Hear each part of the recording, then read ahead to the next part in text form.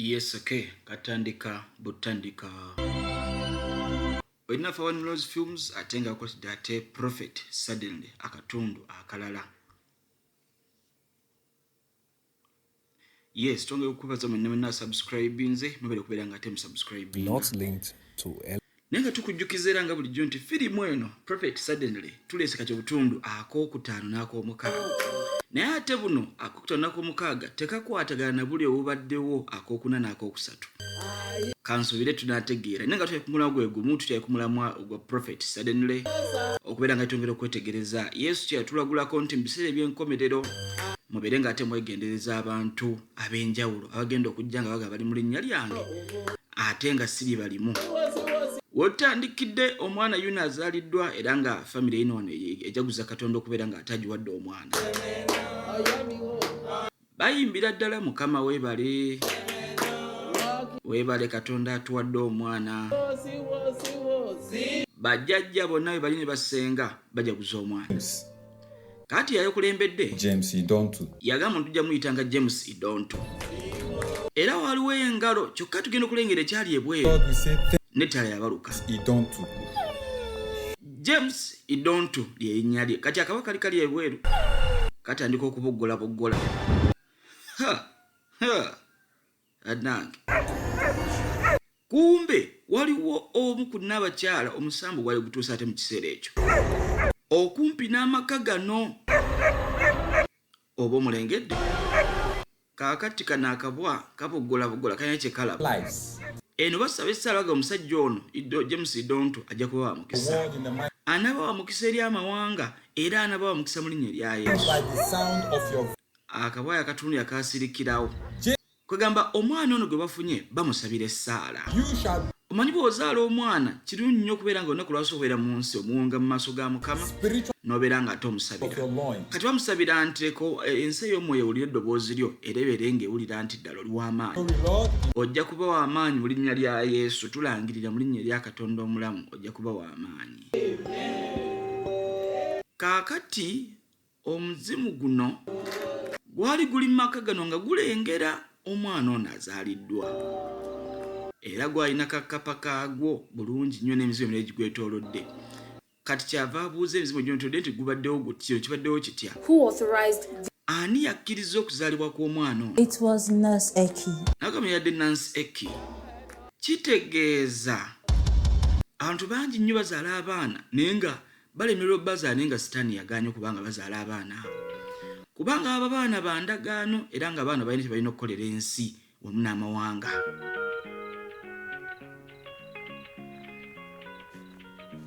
Yes, okay. Prophet suddenly akatundu episode eyokutaano.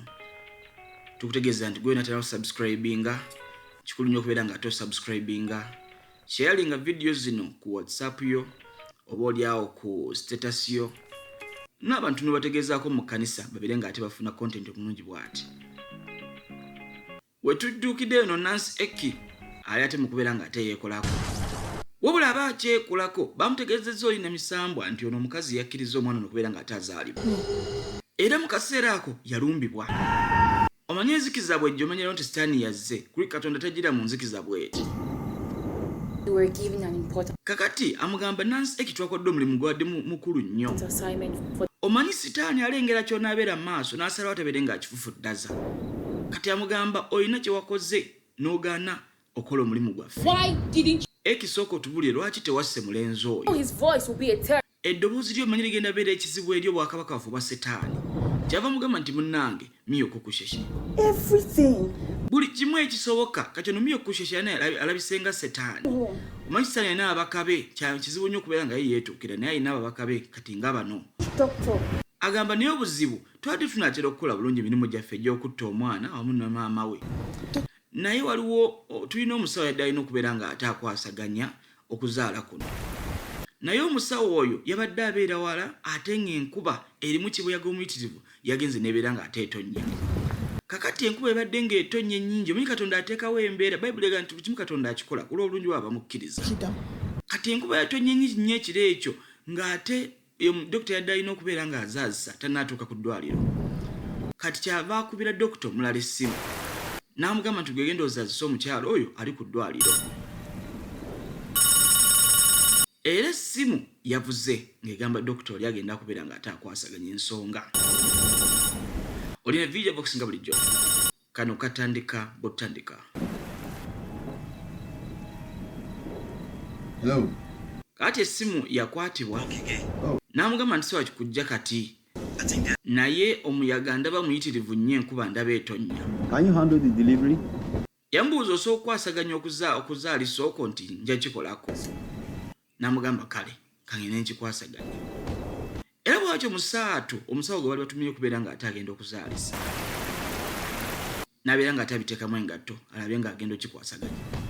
Obule mu kaseera ako omukyala yali eno mu ddwaliro ng'olubuto ate lumutwalaganya. Ngera bw'omanyi embeera z'okuzaala bwe zibeera tukyeyongerayo.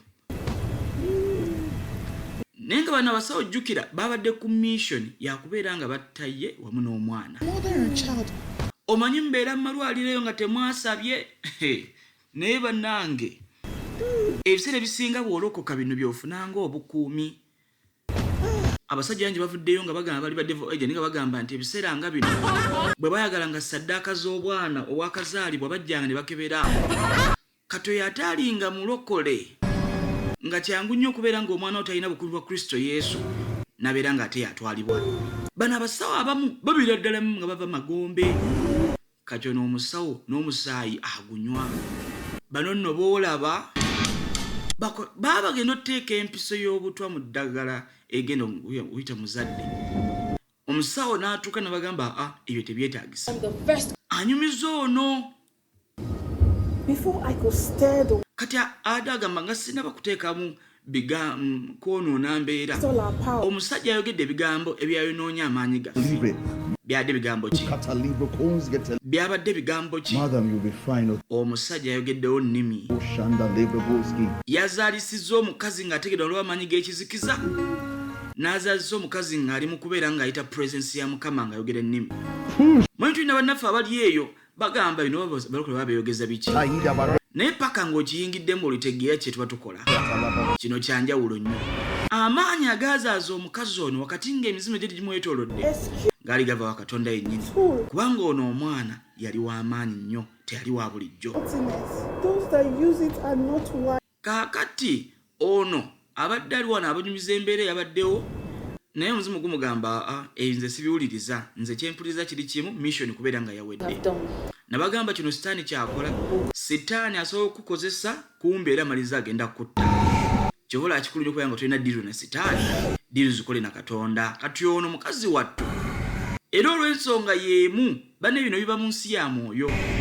Mugenda owulira omuntu yeebase teyazuukuse mbu ate yafudde kibwatukira. Bibeerawo bwe bityo. Kati tetubiraba mu nsi ya mubiri. Naye ate ogenda owulira ngera ogamba kino kyabaddewo kitya. Kino kyabaddewo kitya nga tewali mbeera ya mubiri esobola kinnyonnyola. Era mu kaseera ako yeegattibwako buno busambo obulala. Owali muweereza agamba tugende tumutte kati.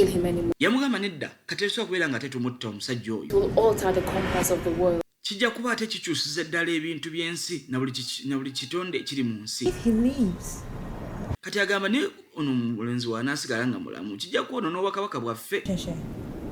Myoko ku kyekye lwaki tutulumba ne tukuba. Goddess of the South Gate. Agamba Katonda owa gate y'obuvanjuba. Two important cycles. Waliwo cycles bbiri ezibeera mu bulamu bw'omuntu. The first cycle. Kakati omuntu ottamulumba nga yakazaalibwa oba mu kaseera k'okuzaalibwa. Awo tuba tusubiddwa okumulumbira awo kumutta. Is when the tugenda mulumba mu kaseera kali ng'akuzeekuzeeko. Emyaka egyasatu awo ng'ayongedde okubeera ng'alabika ng'ategeera kyalina okukola mu nsi ey'omwoyo.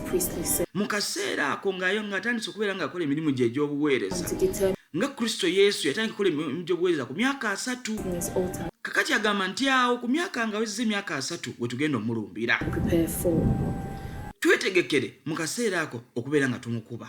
We only need to sabotage it. Twetaaga kimu okubeera nga essaawa zino obuweereza bwe tubulinnyalinnyako nga tuleeta ekigenda omuzikiriza nga Yuda Iskariyoti bwe yanoonya ziri effeeza 3. No tugenda leeta oba kubeera nga tweta kwaka oba mululu gwa ssente oba kubeera nga tafaayo nga tafa ku bantu. tugenda leeta kyonna ekisoboka okubeera nga tumutta nga tumuggyako kyasobola okukola wakati mu buweerezaawo ekyo twetegeeza okubeera nga tukikwasaganya era bwatyo ateako enseko ziri ez'eki enseko ez'akazimu sitaani abeereyo ng'alina enteekateeka nnyingi okubeera nga ate atukuba wabula ate nga enteekateeka ezo tezigenda tutuukirira mpozi nga naawe ozikiriza otuukirira mu bulamu bwo. Prophet suddenly kati nno kano akatundu bakayise music minister. Episode gye tulimu ya 5 eya Prophet suddenly. Ate na subscribinga ate baako gwoweereza munno abeere ng'afuna amazima gano. Kakati tuli mu kanisa emu emyaka 3 nga giyiseewo kitegeeza omwana James essaawa zino yali akoze. Kakati ekanisa egamba tulina omuweereza w'amaanyi James agenda kujja. Kati James ali eno ku hoteeri yono bamutunidde bonna balaga bali disappointed. Mu ddakiika 15 omuweereza wa Mukama ajja kuba ali ku altar yaffe eno ku kintu kya Mukama nga agize kuweereza. Kakati omuweereza yina bagamba bane sigenda kuva wano mpozi nga mpadde balance wange. Church will pay your balance. Ekanisa egenda kusasula balance ebireke. James tugende bagenda kusasula balance nga tumaze program eno gye tugendako. Yavuga gutse boli bulungi. Gwe manager wange naye tubalina bitukoleramu tumanyi terms and conditions etukoleramu nga tuweereza. Sigenda kuweereza mpozi nga amaliriza akasente ke twateeseza nabo. They paid half. That was not their. Baweereza ekitundu. Tabagambye weereza kitundu. Balina kuweereza sente zonna. And now they've not paid. I can't go. Kakati wati baweereza sigenda kubakolera. Nze guno mulimu sigukola mpaka nga bampadde sente. We have to leave. Yabagamba nedda musumba James tulina okugenda munnange. Very funny. Help me. Kati gw'osaaga n'okusaaga. Kati namugamba nange mugambeko akkirize tugende. Ekkanisa eno bagiyita God is here. Omusajja ono James bamutaddemu akasente abeere nga tajja okuweereza. I'm not speaking. Naye ate sente bannazimalayo ate ali wano agamba tagenda kuweereza paka nga muwaddeyo sente. Ate wano bamugamba tugende otunafuna ekiweebwe tukuwa sente ezibulayo. Weereza ennaku zino abamu essaawa ennaku zino babeera baagala sente.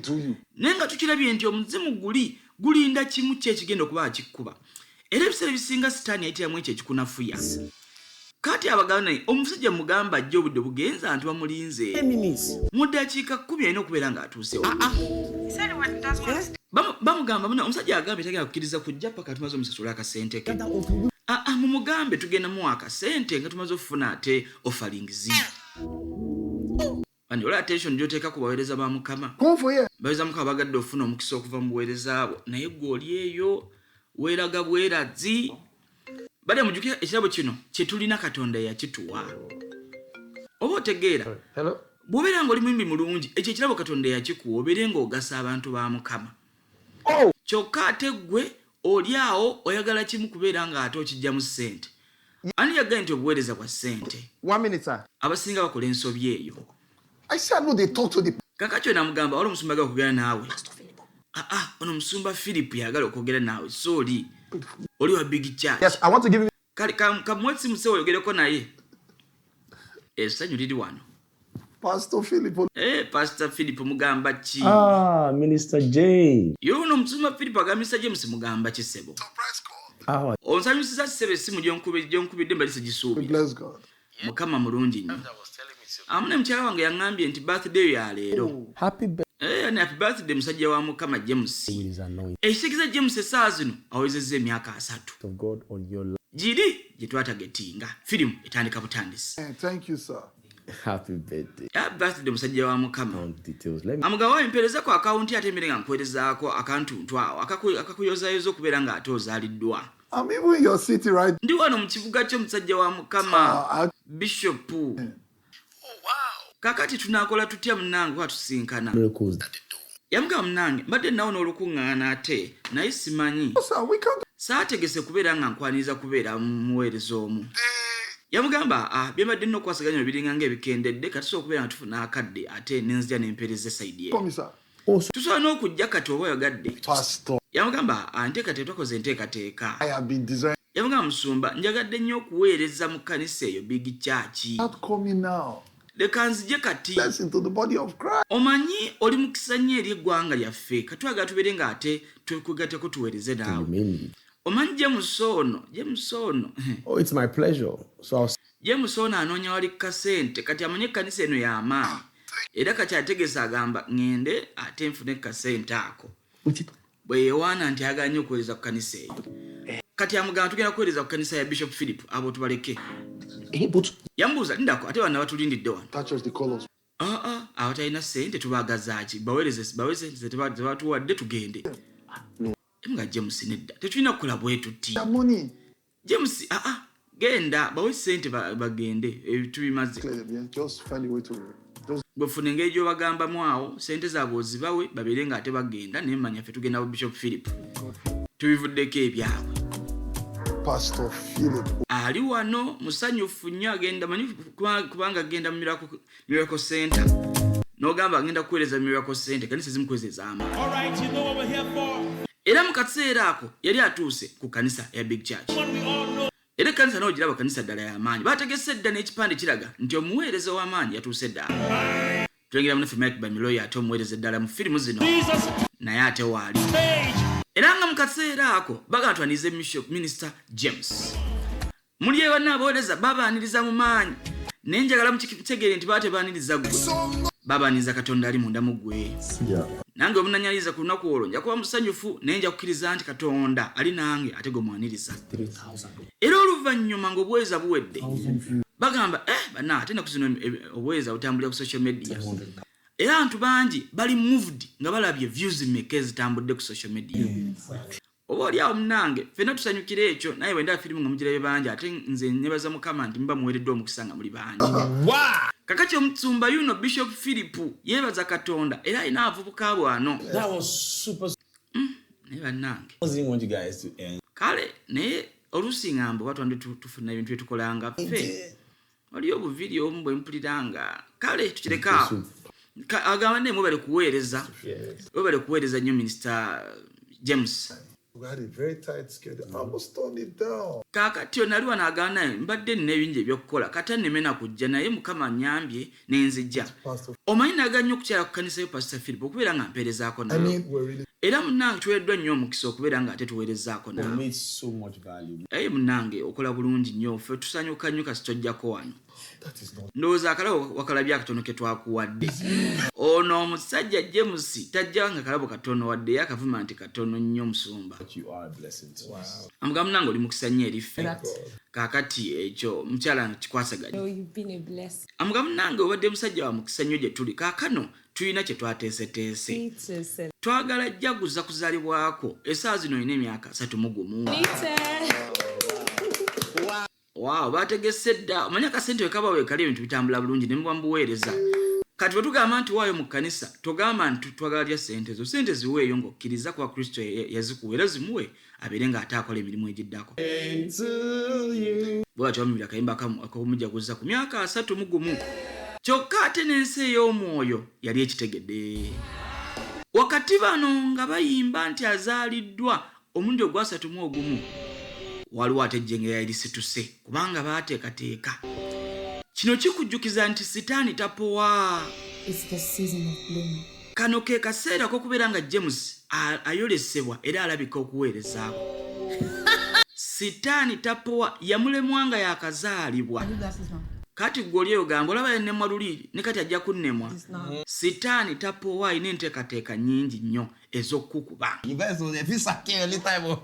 kakati ono ali wano basanyukamu James onagenda olengera tuli ku kiwano James talina kaaleese mulokole minisita banne baweereza ba Mukama mukola ki ensangi zino kakajaga onambuuza James ani ono Can you please mind your madamu wanifudde kubikwatako your business? va kubikwatako madamu va kubitakwatako yamugaa James mbuulira ani ono alese wano kikristiini naga madamu genda saidi eri rumu eri wali genda okusanga ate tulabe nga tulabagana yamusindiikiriza agende ludde eri You better mind amuga madamu wandibadde ofa kubikwatako mu bandi eno nothing but gwoli oli backup singa teri kyamaanyi kyoli you share anything that doesn't mean you can talk. bwe mbanga nina kye nagabanako naawe toli kyamaanyi oli just kaseera katono MJ me Yamuga James wankozesa kati oli awo gamba twali kyamaanyi. Grace, do your worst. Grace kale kola ekisinga obubi gw'amanyi nze nja kukugoba mu bandi eno. I should do my worst. Yamuga asaba nkola ekisinga obubi. Okay. Ekitegeeza nti James yakozesaako ku Grace ono.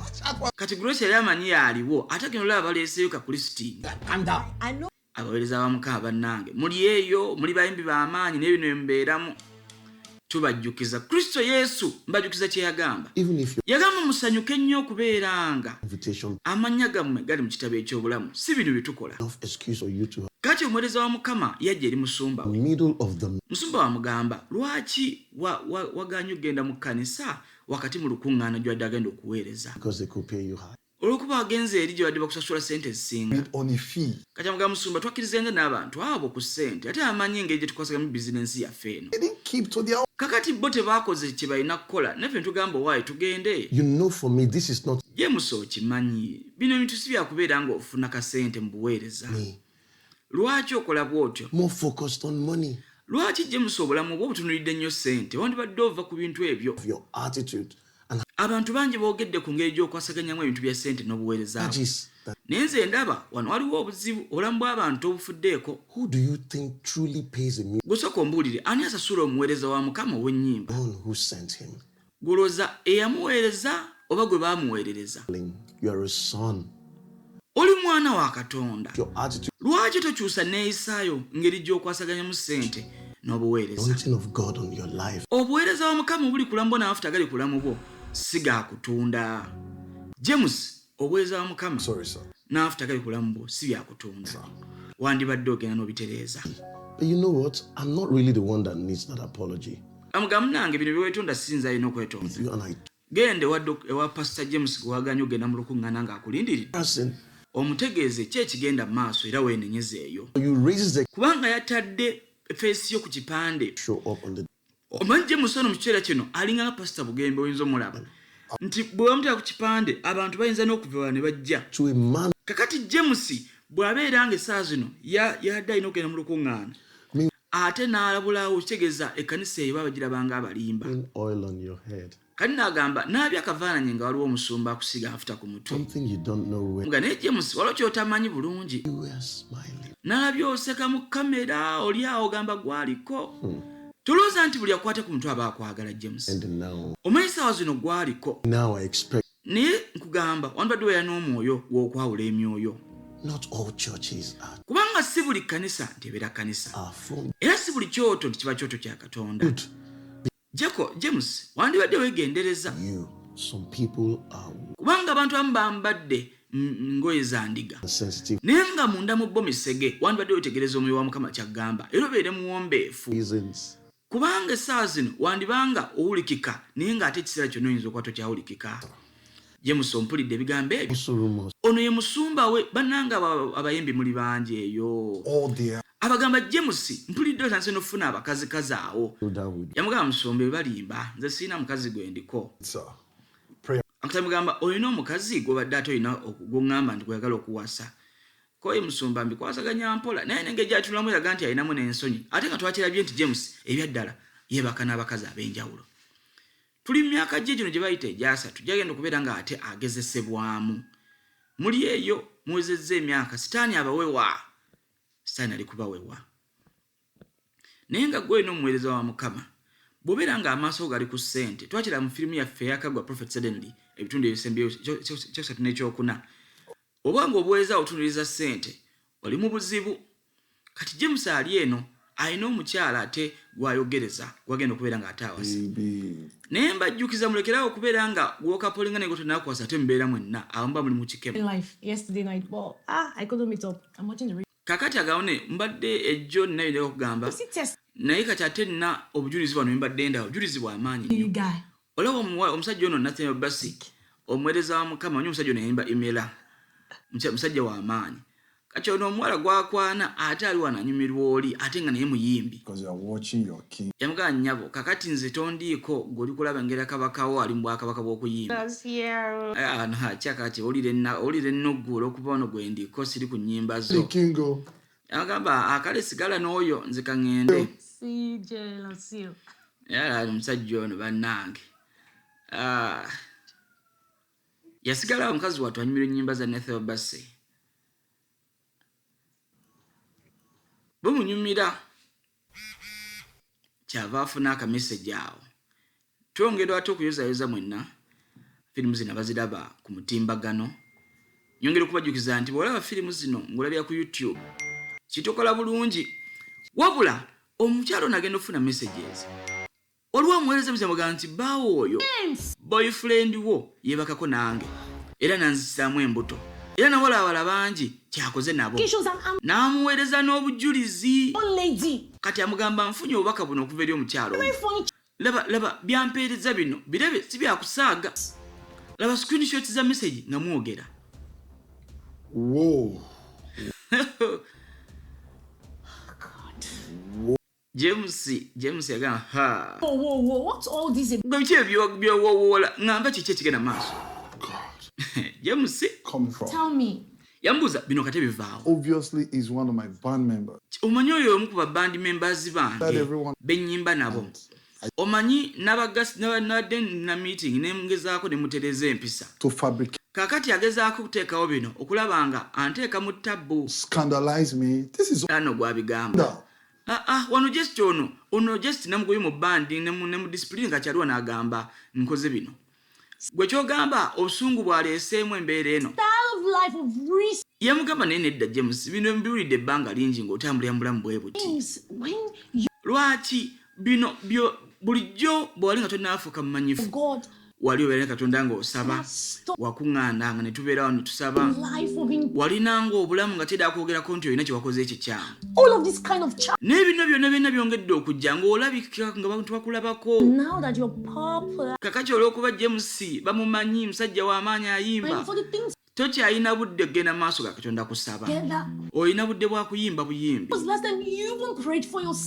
James simanyi oba okyesabira n'okwesabira.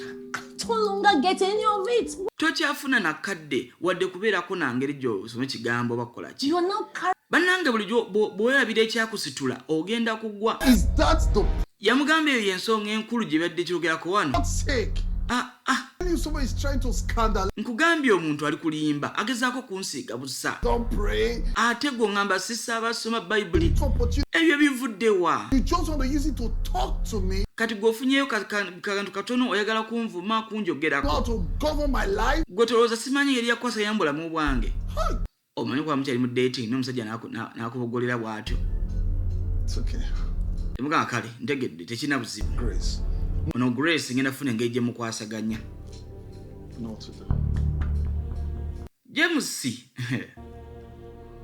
James byakola abyegaana. Jjukira buno bubeera bulimba. Njagala okitegere gwali eyo. Kuno kuba kulimba ekimanyi bulungi abikola. Mukazi wattu yuno mbuno agenda kumufumbirwa. Agani buno omusajja ono. Buli kaseera bw'atabanga agamba nti yakwanye omuntu bagamba ate yakoze kino. Kakati oluvannyuma akubira omuwala ono essimu. Akubira Sister Grace essimu. Grace. Nyabo Grace uliriza. Mr. James mujebaleko. So you think that Kaki wadde ogamba byokoze ebyo byoweereza mukyala wange bigenda ko relationship yange naye. I told you. James nagambye dda. Nti ngenda kwonoona obulamu bwo. Yamugamba ebiganye. Let me just put it straight to you. Kangambi kino bulungi nate butereevu. Saagala kukulaba mu bandi yange nate. Nkugobye. Anga James era nkimanyi era bulijjo mmanyi tonjagalamu. Oli awo oli kikibuzibuzi ogende bakakuli muwala. James weka n'obuwala bwonna obutono obuwanvu n'obuti. I don't even want to be identified. Agenda saagala nze nakubeera nga baŋŋamba nti mbeera na James kasasiro. Nonsense. Yamuvuma naye amugamba musajja gwe tiki. Lwaki okola ebintu ebikyamu bwe bityo? Era yamujja ku ssimu. Naye nga bino muweereza wa Katonda ow'amaanyi. Ayina amafuta mu bantu naye nga wadda mu kizikiza. Kati agamukwano gwe munange Grace namugobye. Yaweereza ebintu ebikyamu eri muganzi we gwe njagala okubeera nga ate empasa. Amugamba buli muwala gwe nebaka naye mu bandi mugobe. Feeling too entitled. kubanga kati ndowooza buli lunaku naye alabanga w'amaanyi nnyo mu bandi. Any babe where I don't chop must leave the band. Kati agamba buli muwala gwe nebaka naye afulume bandi yange. Rich girls. Katugenda kufuna ate addition tubeere nga tufuna abawala abapya. We are changing female members in. Yamugamba munange tukyusa buli kaseera tukyusa abakyala mu bandi. No. Nze nno kale olaba kale nina kyenteesa. Omanyi gwe mukulembeze wange naye kale nina kyenteesa. Nkufunireyo kamalaaya kamu nga koko obeerako. Kati ono gweyagala okuwasa kati nga naye gyali ogenda muwasa naye kati ate nga olinayo omuwala ono mulala. Jjukira ffe tuba tugenda kufumbirwa abalokole tetukkiriza kwegatta paka ng'omaze okukola ki okufumbirwa. Kati ate ono ye alina ekyamwambadde ayagala kwegatta bwegasi. Gino giba mwoyo tolooza neera oba ogenda nnyumirwa giba myoyo ojja kulwaza siriimu ne bisigadde. Amugamba twandifunyeyo omuwala omu gwogenda okubaka naye nga ddala y'oyo. Tulekerawo okubeera nga ate twonoona atugoba abantu abayimbi biki ebyo tubekendeeze ne stress. Omanyi bino ebintu buli woofunisa omuwala olubuto bw'ate leka omu abeere ng'akumala. Yamugamba nedda ogeza kumpa magezi. Ompa magezi? Antonyiga naawe okimanyi. Okimanyi naawe nze sinza kuwa magezi naye ne omusaayi. Omusaayi baddaage manyi nk'oyo okugyamu embuto. Va mu motoka yange. Mbadde nsaaga ate gulaba bino ŋŋamba. Ngenda kuteekawo auditions ngenda yita abawala bajje. Omusaayi tebuli naye makulu naye tujjamu embuto tewali makulu. Tugenda kukolaganira wamu gwe kabaka wange ekyogera kye tukola. Ekyo kyayita okwekkiriranya. Kati no kitegeeza James afunisa abawala embuto bw'abagamba baziggyemu. Bino byonna nange mbiriyo mbikola baweereza ba Mukama.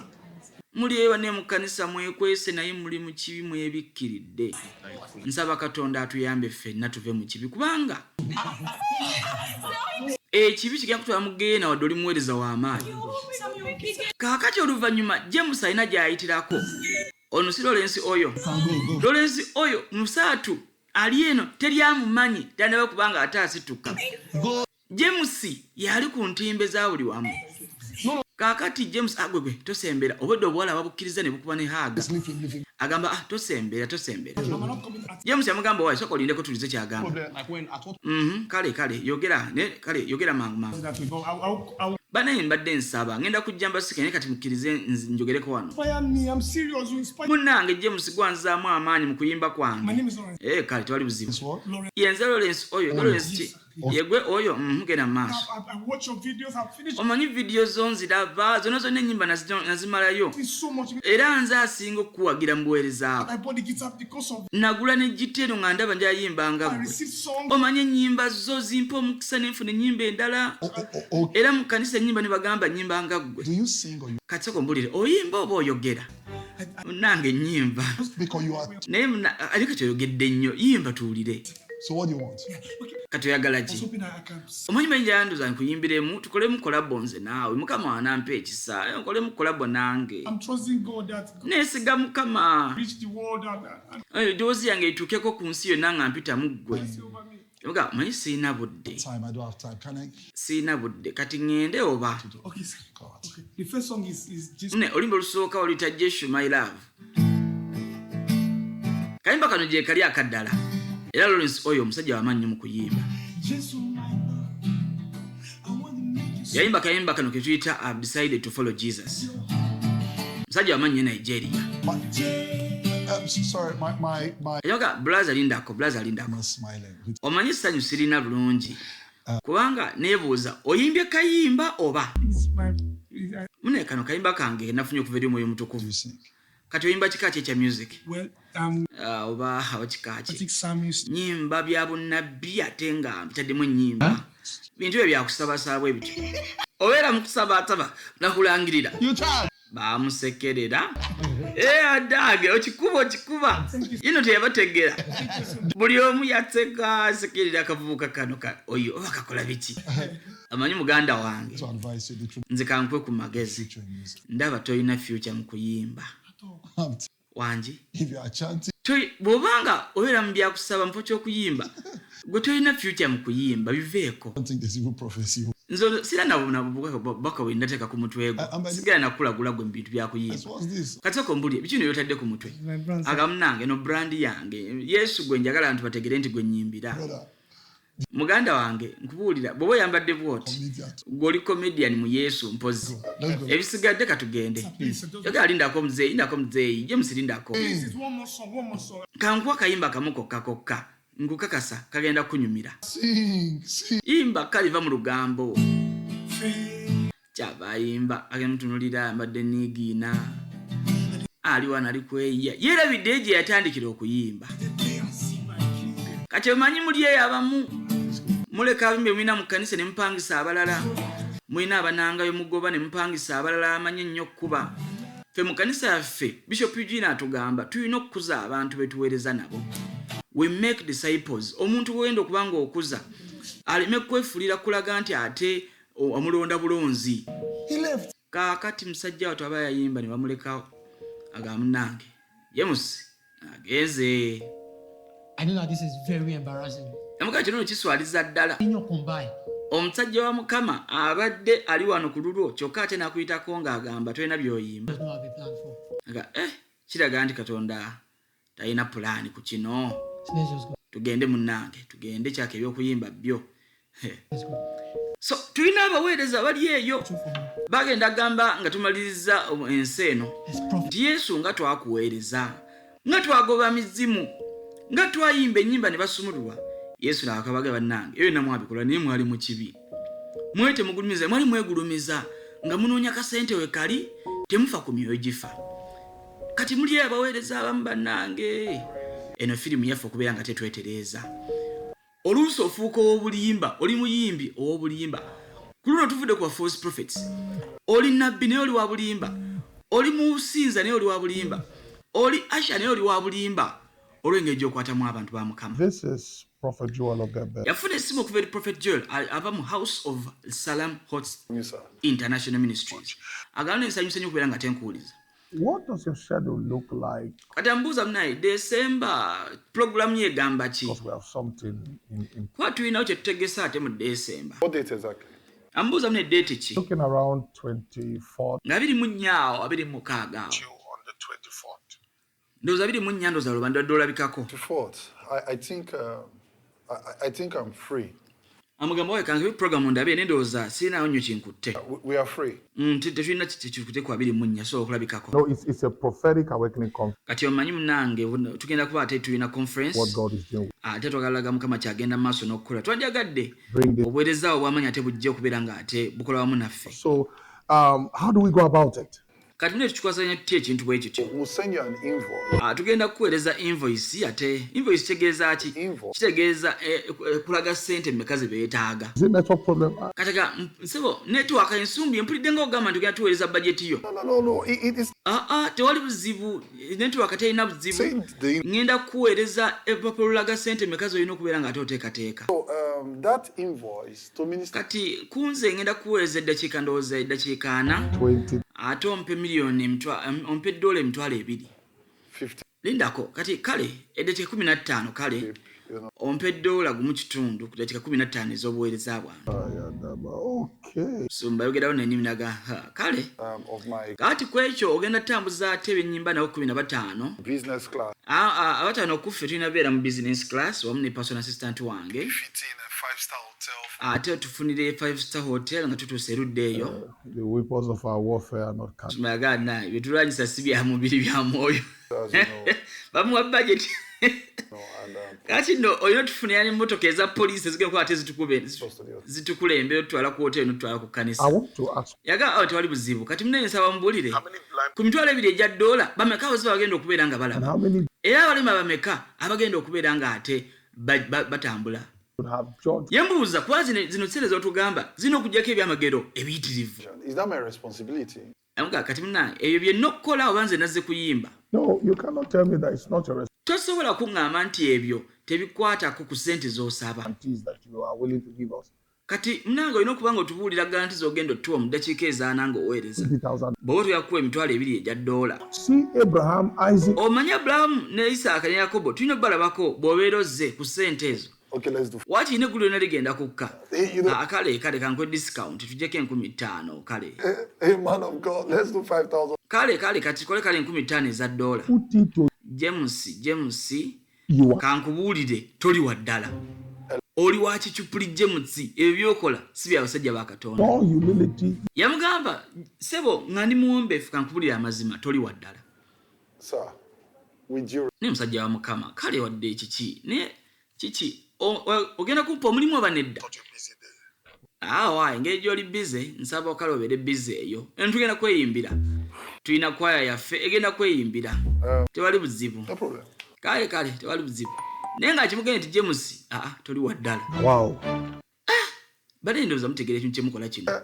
Katonda yakuwa eddoboozi naye kati gwe yagamba nti eddoboozi lyo yakola ssente. Mwenye mugamba Mukama ngambye nkola oluyimba kasoko ddeyo weebuuze Mukama yangamba ekirabo kino nkijjemu ssente mu ngeri eno. Why not use a choir? Yamugamba lwaki kyakozesa kwaye lwaki ono ne yeebuuza lwaki tayimusa bantu kuva mu kkanisa ye bayimbe nga nze. Ndowooza otegeera ekintu kino.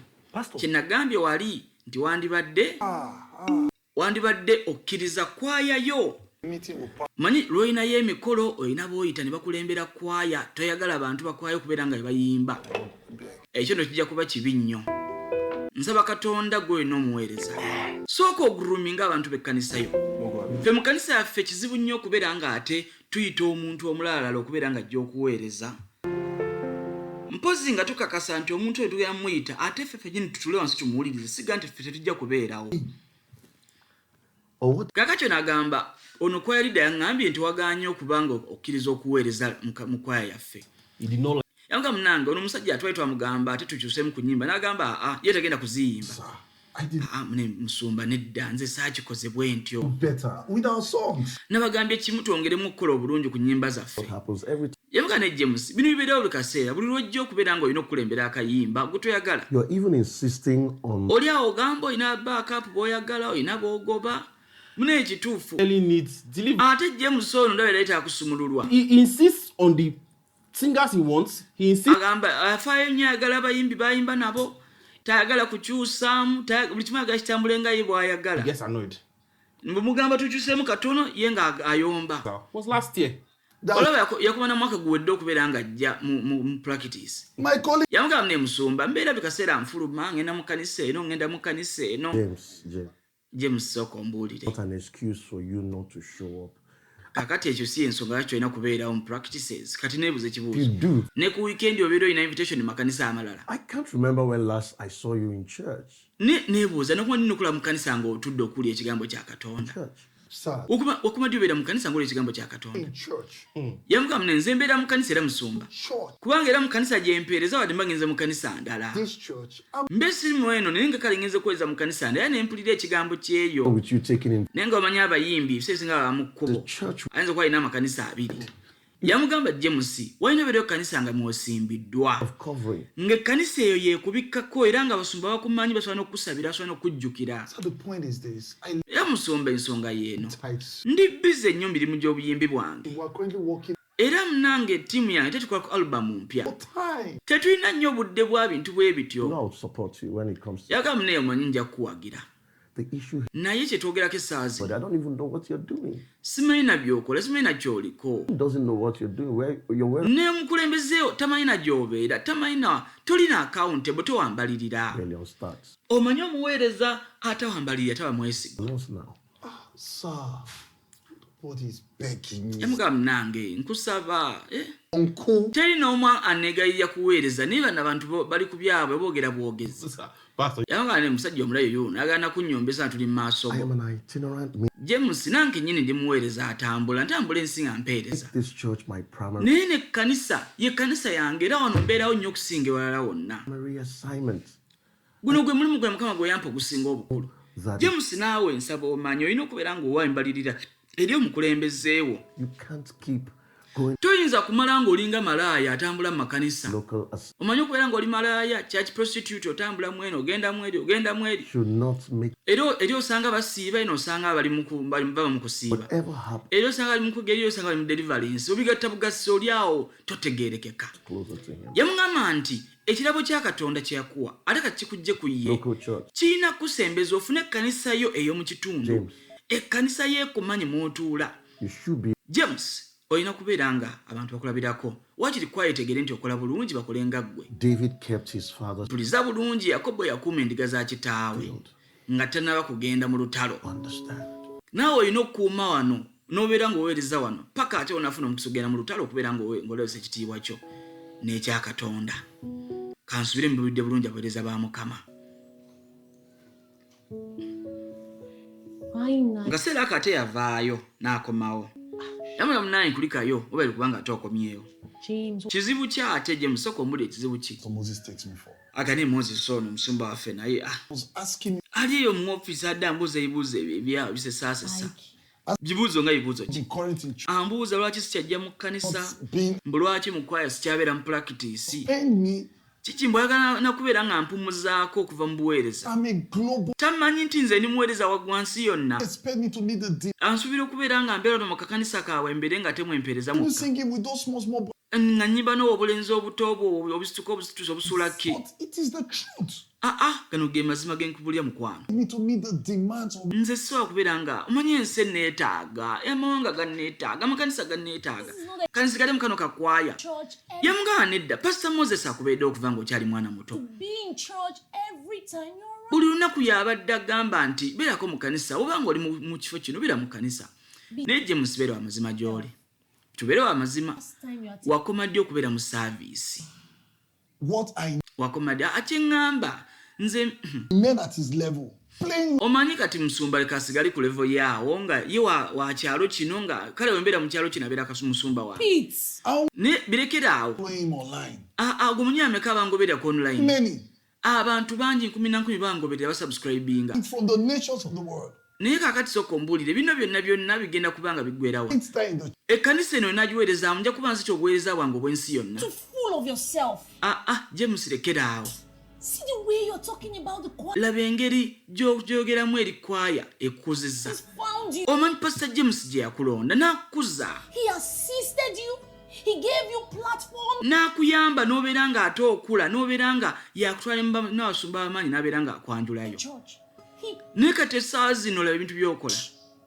recommended you beauty. Yayogera naawe n'akuzaamu amaanyi n'akuzimba. Kakati laba by'okola. start from somewhere. Yamugaa nedda kale buli omu alina waatandikira. Nakyo kitegeeza nti awatandikidde walina okuba nga alemera. Really? James byayogera bana ekituufu naye ate ne woba olina gy'ogenda ng'ova wotandikidde balina okusiibula mu bulungi. Whatever you call it. Agamba buli kyokiyita gw'amanyi. James beera bwezi mu kkanisa, genda mu kkanisa obeere ng'obeeramu. When you are around, Mukwaya bwebeera nga ekwetaaga oba olibeeramu. do Ekyo si kinene nnyo. for Pastor Moses to ask of you. Pasita oba kyakusabye si kinene nnyo. People are watching. Omanyi abantu bakwetegeeza balaba ensigo gy'osiga ey'obugyemu. To the Musumba agamba kino gw'okola ki? church. And it's not good for pastors' Si kirungi kubeera ng'ate musumba omujemera I bw'otyo. know what I'm saying anyway. Kyeŋŋamba kye kino nnyabo. James. James naawe omanyi. That no man.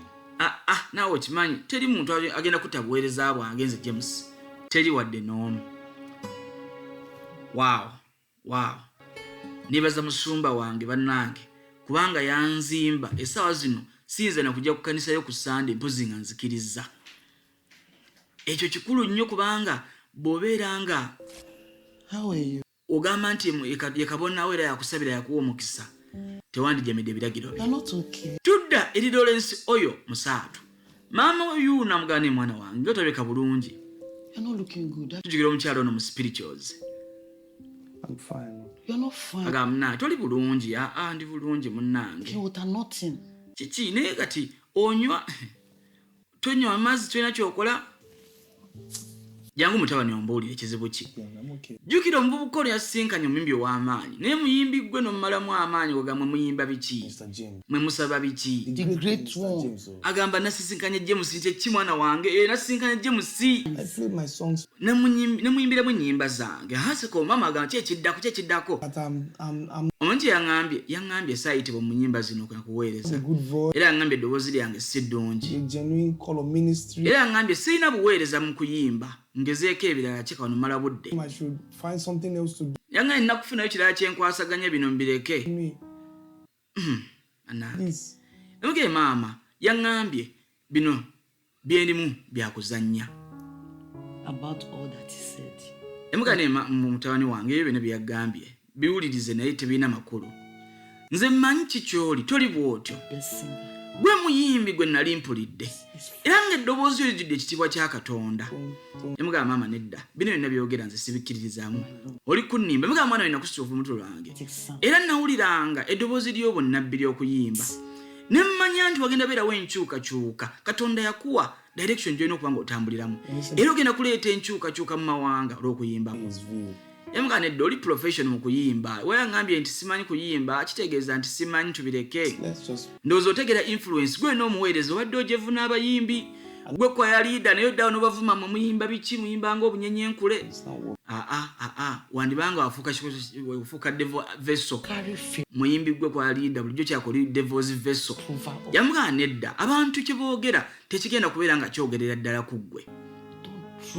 Teweesiga bigambo by'abantu biboogera bwe bityo. Kakasa nti gwe oli connected ne Katonda era ebisigadde Katonda agenda kubeera nga aleeta favor abantu leka waleme kulemesa kubeera nga ate oweereza Mukamaawo. Sing that song for me. Gwe nyimbire nnyimba zaffe ezo.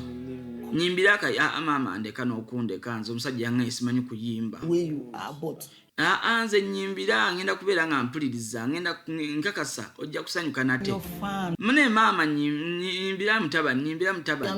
Sajja kyaddamu bambi essanyu. Kyekyo kye tugamba ffe tuzambuza maanyi. The ministry of Christians is edification. Ffe abaweereza tulina kuzambuza maanyi. Nze musumba wange yannyamba nnyo bwe nali nkyayiga ennanga nga yandagirira nekki kyokka nti amina gikuba. Naye akaseera kano bwe ndaba kyenkuba ku nnanga nebire ddala nga musumba wange ye yakindeetera.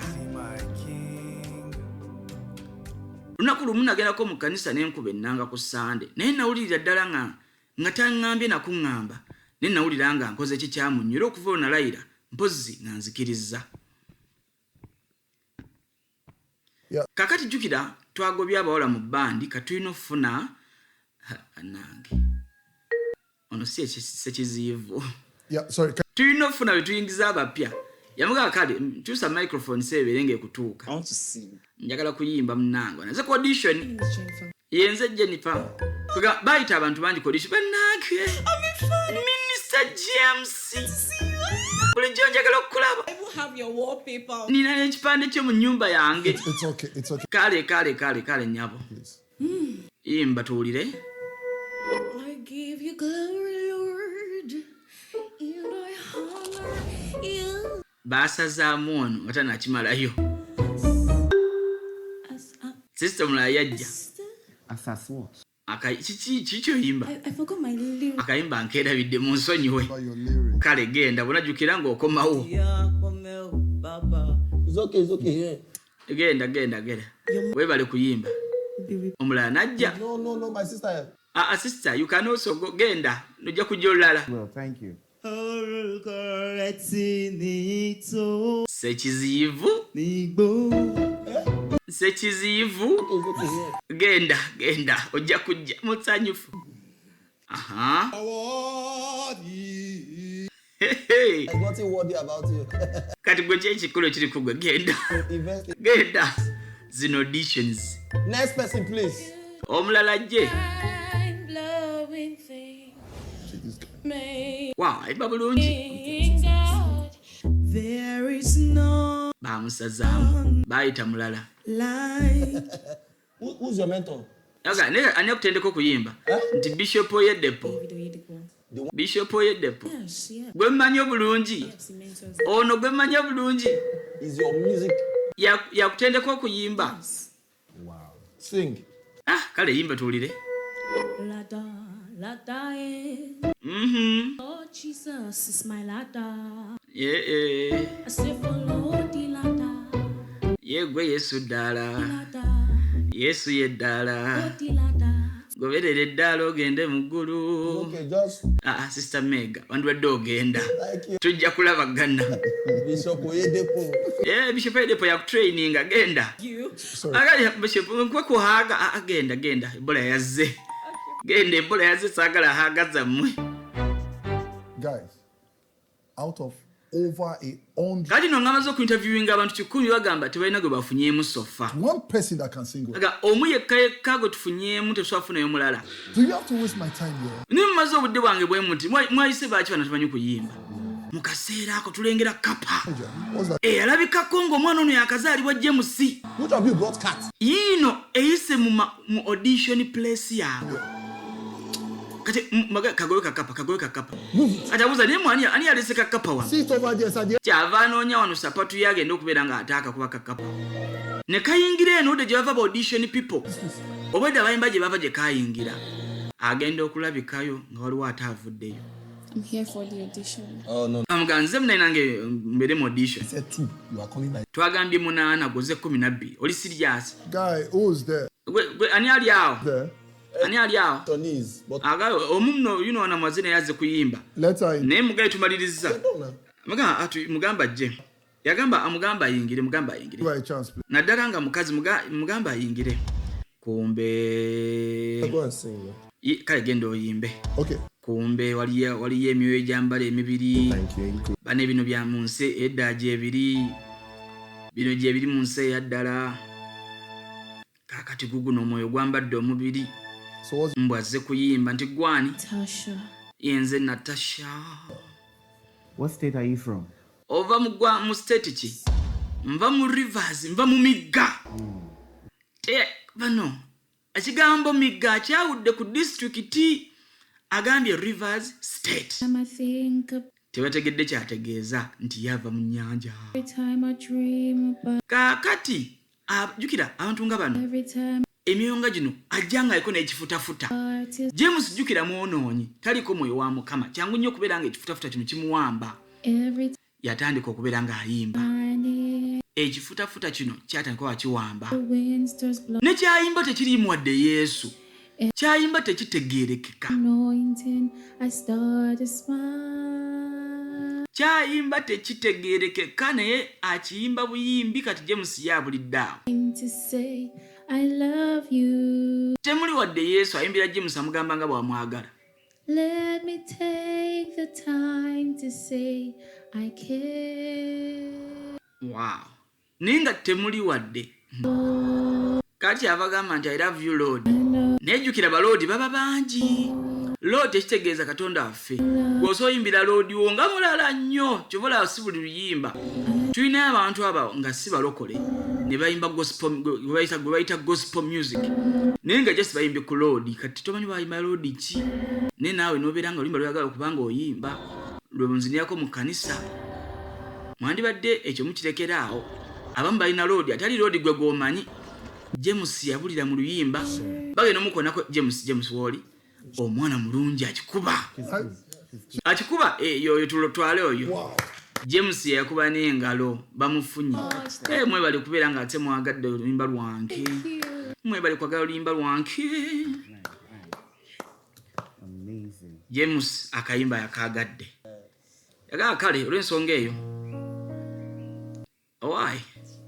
Mwebale kubeera nga ate muwagira video Ivoxy Transition Movies. Mwongera tukusubscribe no kulike no kusharinga eri bannaffe bonna. Yamugana Natasha. Hi Sebos. Wabele kubeera nga atoyiseemu mu audition zino. Although Omanyi kati stage for this audition.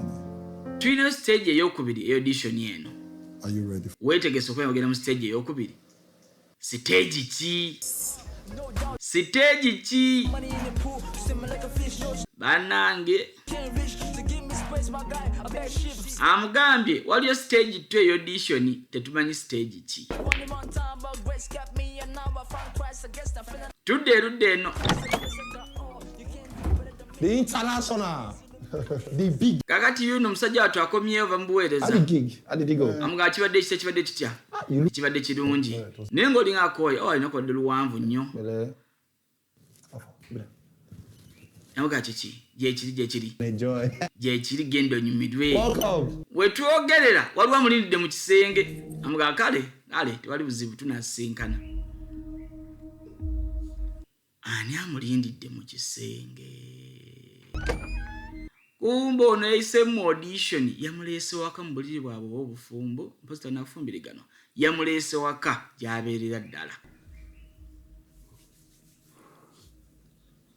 kakati wetwogerera yono wano. Are you ready for me? Yambuuza nyabo onetegekedde bulungi nti munange nze ndi everyday. Lovely house. Ennyumba yo nga nnungi. Thank you so much. Munayo bali kubeera nga ate osiimye. Wazira mu kaseera ako n'omukyala gwe yali ayogereza ate naye yali asembedde. Ate naye yali asembedde. Yamugasooka ombulire obadde ongoberera ku nnyimba zino. Ayisi nnyo munange. Nenze ate just na kyenkwetako nawe nakyo neetaagako kyekindeese. Ekyo kisanyusa. Mama w'abaana yunaze. Gwadagala okubanga wasa yunaze. Oli amusenge ne bandi member omupya. Mama. Mama bannange bali kumwele kubeera nga ate muzze. Solomon kyekyo oli wano. I thought you traveled.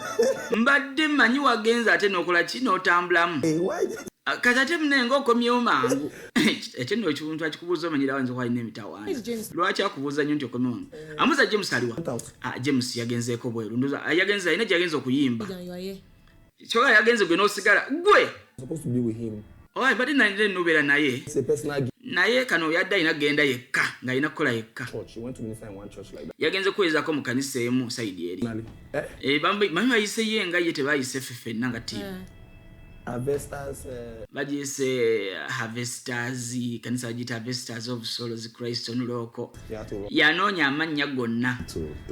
Kati nagawaayi kati genda tutandika mentorship ngenda kuba ate nkubuulira ekyokukola. Wandibadde oyagala ofuna yako okunywa. Ekyokunywa saagala. Naye omukusanga guno nze naawe gwe neetaaga. Kubanga gujja mulundi gumu omwezi nga gulabiseeko. Ebigambo nga bino. No, mama. No. Solomon kangende endayo mu kisenge kale. Nga man taliwo kale kangende. Kale mama taliyo naawe. Awo wennyini. Wetandikira episode number 6. Mukama bampeera omukisa omunene. Mwebale okubeera nga temwetegeeza yongera osubscribinga n'okulayikinga ate tulabagane olundi. God bless you.